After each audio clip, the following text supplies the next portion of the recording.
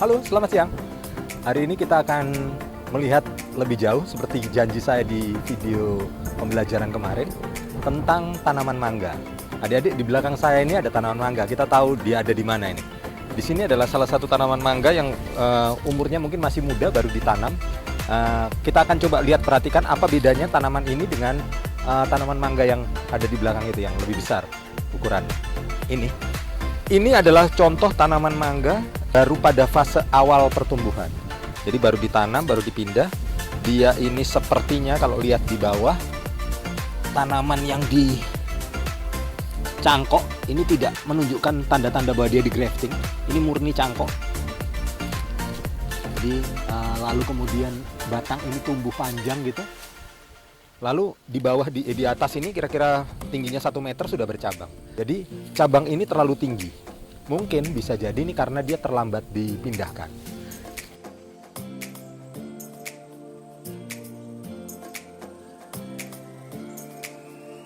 Sebetulnya dia punya permasalahan pertumbuhan. Dari mana kita tahu?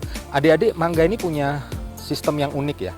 Kalau dia punya cabang, maka di setiap ruas dia akan di setiap musim dia akan membentuk ruas baru.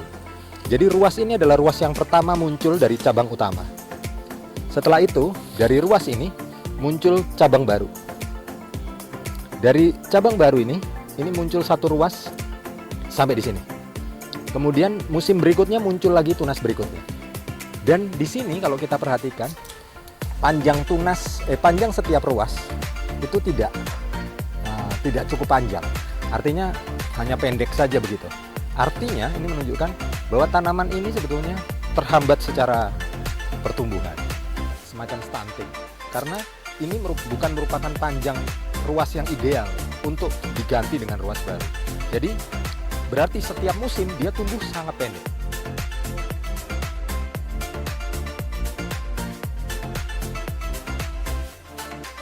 Sekarang kita akan lihat bagaimana tanaman yang tumbuh dengan baik. Kita lihat tanaman ini.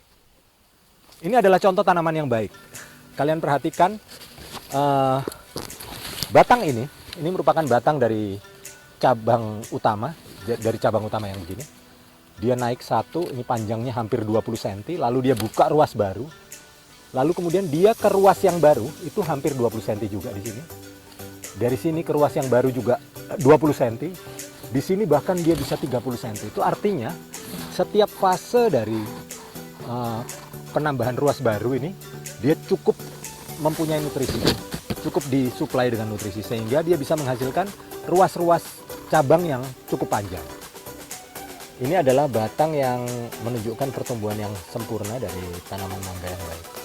Lihat ini batang yang terbentuk 1 tahun yang lalu, warnanya sudah kecoklatan. Lalu batang ini menghasilkan tunas baru di ujungnya. Jadi dia bertumpuk ya, tunas ini tunas pertama tumbuh dari sini. Ini kurang dari 1 tahun. Demikian juga setelah itu mungkin 3 bulan kemudian muncul tunas berikutnya. Ini batasnya tunasnya. Ini nomor 1, ini yang kedua. Setelah yang kedua, sudah bisa lihat ini yang kedua. Yang kedua sampai di ujung sini. Maka ini adalah tunas ketiga. Nah, tunas ketiga ini ini hampir dapat dipastikan bahwa ujung tunasnya ini adalah ujung yang akan menghasilkan bunga. Demikian juga beberapa ujung yang lain. Jadi kalau kita melihat di sini, yang akan menghasilkan bunga ini ada terdiri dari 1, 2, 3, 4 cabang. Maka dari satu cabang ini akan muncul 4 malai bunga di ujung tanaman mangga ini. Jadi akan muncul ada 4 malai bunga.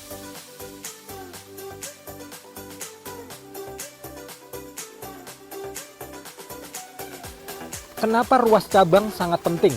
Karena seperti kita ketahui, kalau kita mungkin agak lebih jelas di sini, ruas cabang lah sebetulnya, panjang ruas lah yang menentukan berapa jumlah daun di dalamnya.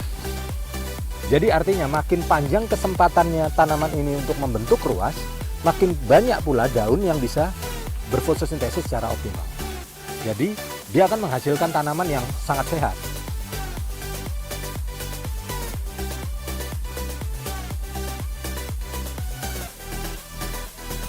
Kalau memang benar, maka tahun ini tanaman ini sudah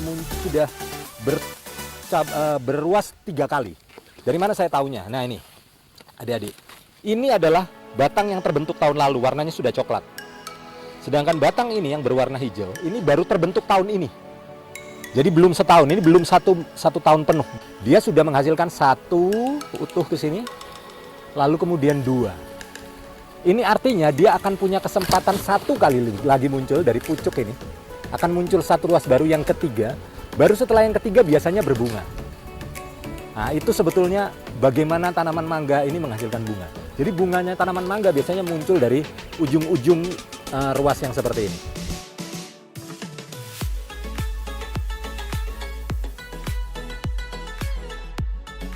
Nah, saat yang kapan tepat kita untuk menginisiasi pembungaan? Pembungaan tanaman mangga bisa seperti di video sebelumnya, bisa dilakukan secara sengaja. Artinya kita memaksa tanamannya berbunga di luar musimnya. Caranya bagaimana? Caranya dengan melihat ini. Artinya seperti ini, kalau saya misalnya ditanya, maka karena kita sudah punya 1 ruas yang cukup besar di sini, di ujung-ujung ini sudah banyak ruas yang cukup besar, dan sudah muncul 2 kali perluasan, maka kita bisa paksa bahwa ruas yang ketiga yang muncul dari ujung ini adalah bunga. Jadi berikutnya ruasnya itu adalah bunganya. Gimana caranya? Ya berarti tanaman ini ditreatment pada bulan-bulan ini. Bulan di mana tanaman ini akan memunculkan tunas baru. Maka kita berharap bahwa tunas yang muncul berikutnya adalah tunas bunga. Demikian cara kita mentreatment, melihat apakah tanaman ini siap ditreatment atau tidak.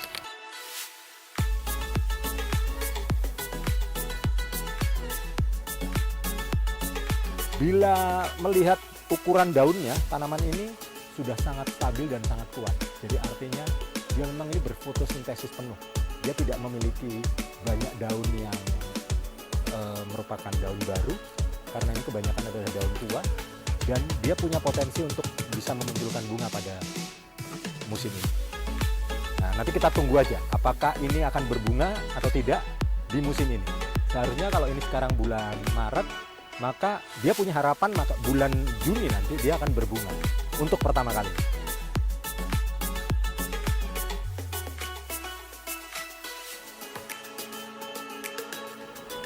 Kalau apabila tidak, maka sebetulnya pada bulan seperti ini yang cocok kita lakukan inisiasi pembungaan paksa dengan cara memberikan etrel misalnya, atau membakar ban di bawah sini sehingga kandungan karbon dioksida di sekitar tanamannya meningkat sehingga CN rasionya berubah.